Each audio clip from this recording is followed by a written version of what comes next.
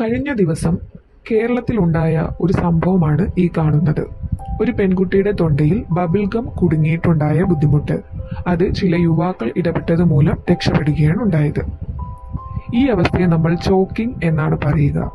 തൊണ്ടയിൽ എന്തെങ്കിലും വസ്തു കുടുങ്ങിയാൽ അത് ആഹാരം സാധനമായിക്കോട്ടെ മറ്റുള്ള വസ്തുക്കളായിക്കോട്ടെ, അയാൾക്ക് ശ്വാസമെടുക്കാൻ ബുദ്ധിമുട്ടായിരിക്കും. ആ സമയത്ത് അയാളുടെ കണ്ണുകൾ പുറത്തോട്ട് തള്ളുകയും അയാളുടെ ദേഹം നീല നിറം ആയി മാറുകയുമാണ് ചെയ്യുന്നത്. അപ്പോൾ നമുക്ക് ചെയ്യാൻ പറ്റുന്ന കാര്യമാണ് ഹെംലിച്ച് മാനുവർ എന്നുള്ളത്. അതായത് തൊണ്ടയിൽ കുടുങ്ങിയ സാധനം പുറത്തെടുക്കാൻ വേണ്ടി നമ്മൾ ചെയ്യുന്ന ഒരു പ്രൊസീജിയർ ആണത്.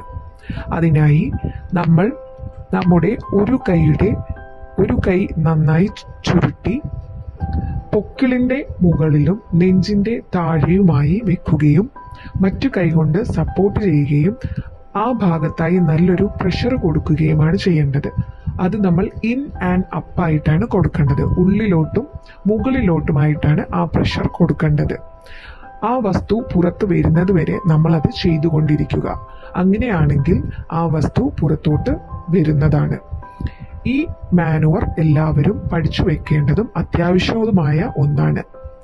ഇത് ഒരു കുഞ്ഞിനാണ് ഉണ്ടാവുന്നതെങ്കിൽ നമ്മൾ എന്താണ് ചെയ്യേണ്ടത് എന്നത് നമ്മൾ അടുത്ത വീഡിയോയിൽ പറയുന്നതാണ്.